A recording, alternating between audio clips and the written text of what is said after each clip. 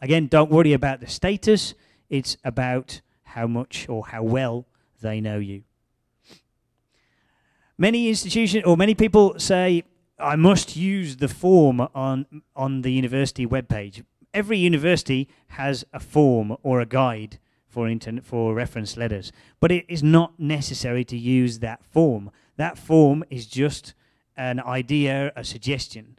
Most institutions will accept a letter which is on official paper, so it must be from the university paper or the institution paper, but it doesn't have to be on the individual form of the university. So again, you can use the same reference for multiple university applications, okay? So as long as the reference doesn't say University of York or University of Bristol or University of London, it should say postgraduate studies in Great Britain.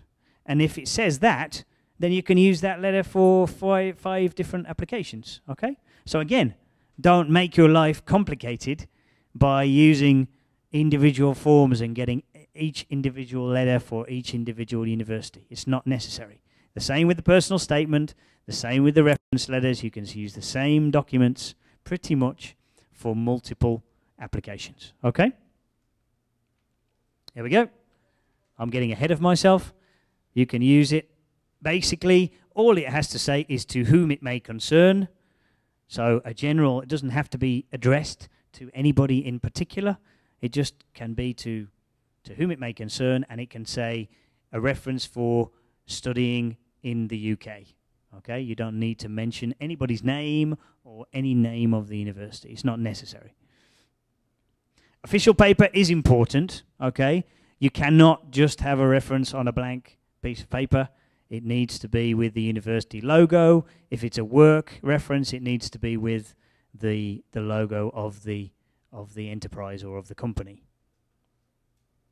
As I mentioned, you can do a work-based reference for MBAs. MBA is a very different program in the UK. It is for people who have significant managerial experience, and obviously that means that the work part is very important. So if you're looking at an MBA, then you can use a work-based letter.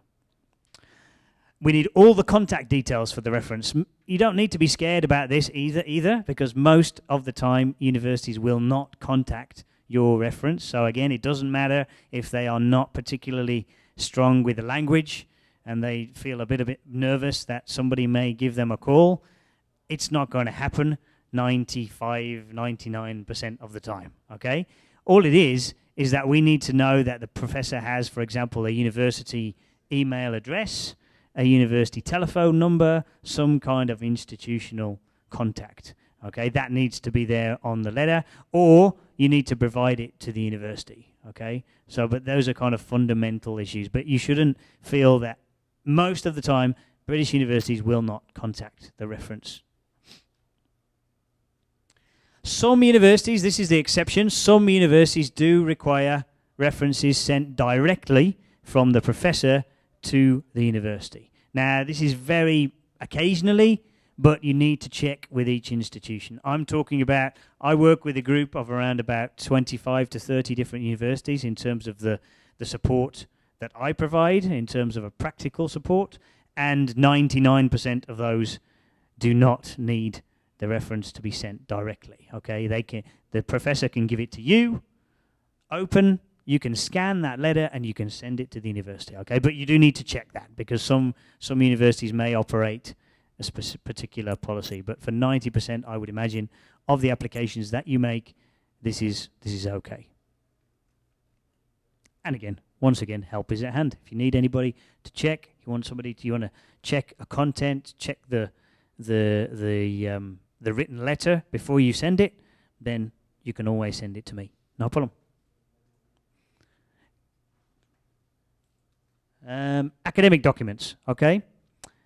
Transcripts, every British university is going to ask for your academic history, okay?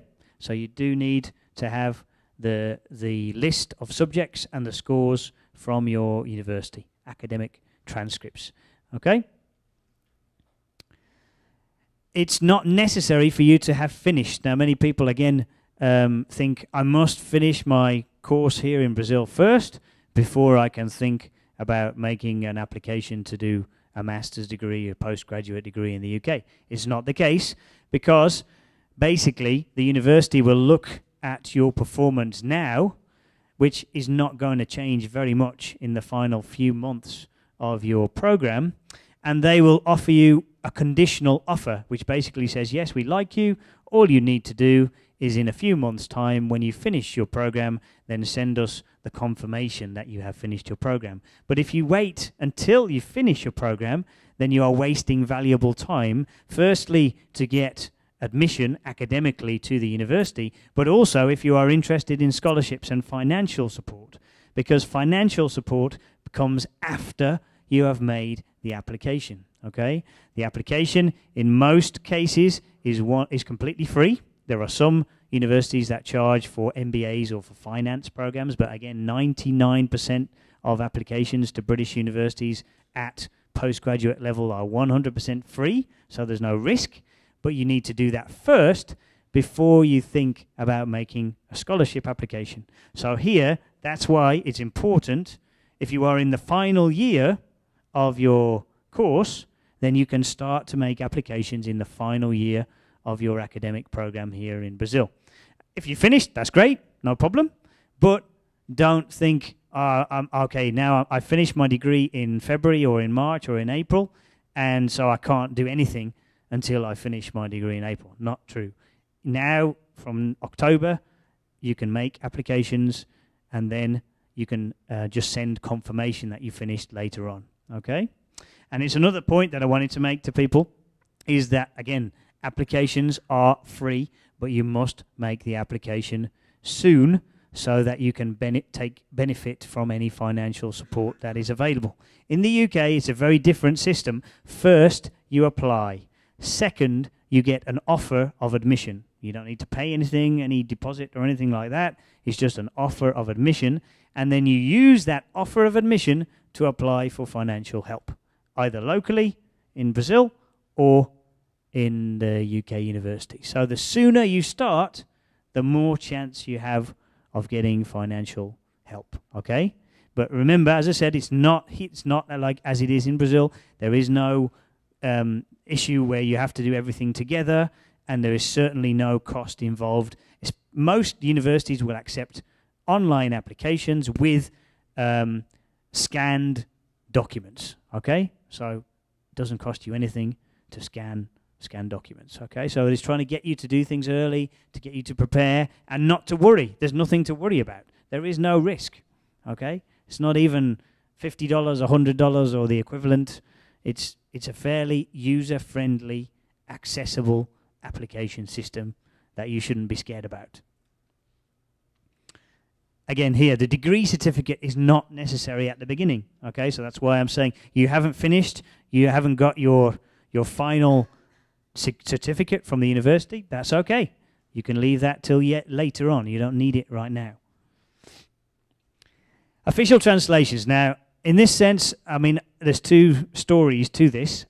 This is what I can help you with on a personal level. Many universities that use representatives like me don't need official translations. They will accept a translation which is done by the candidate and checked by an organization like mine. Okay, but that's just on certain cases. The standard information, the standard rule and regulation would be to get official translations to apply to institutions. So when you go upstairs, most of the representatives will tell you that you need official translations. But as I said, it can be, there are ways around it if you do use help from organizations such as myself. And again, I can explain that to you afterwards. But again, there are ways to avoid that. But mostly you will need at least some kind of translation, because obviously, unfortunately, most of the people that will be evaluating your documents will not understand the subject lists. But basically the reason why they ask for translations is for understanding purposes. It's not for anything else. They just need to understand the document and to read it and to be able to interpret your academic performance. They don't need an official translation just because of some kind of bureaucracy. It really is that they just need to understand it well and to be able to see what your performance is. And that's why many universities will accept unofficial translations, because they just want to understand the material now. Official translations of 1 or 2 documents will be needed for the visa, but they will only be 1 or 2 documents. They may be just your degree certificate. It may be just your transcript, okay? So again, you can save time and money to a certain extent by just translating the documents that you need for your visa later on in the process. But remember, the visa is the last thing you do. It's right at the end, when you have decided that everything is fine, I have the money, I want to go to this university, everything is organized. That is the visa, okay? Forget about the visa at the beginning. It's nothing to do with the application procedure right now, okay?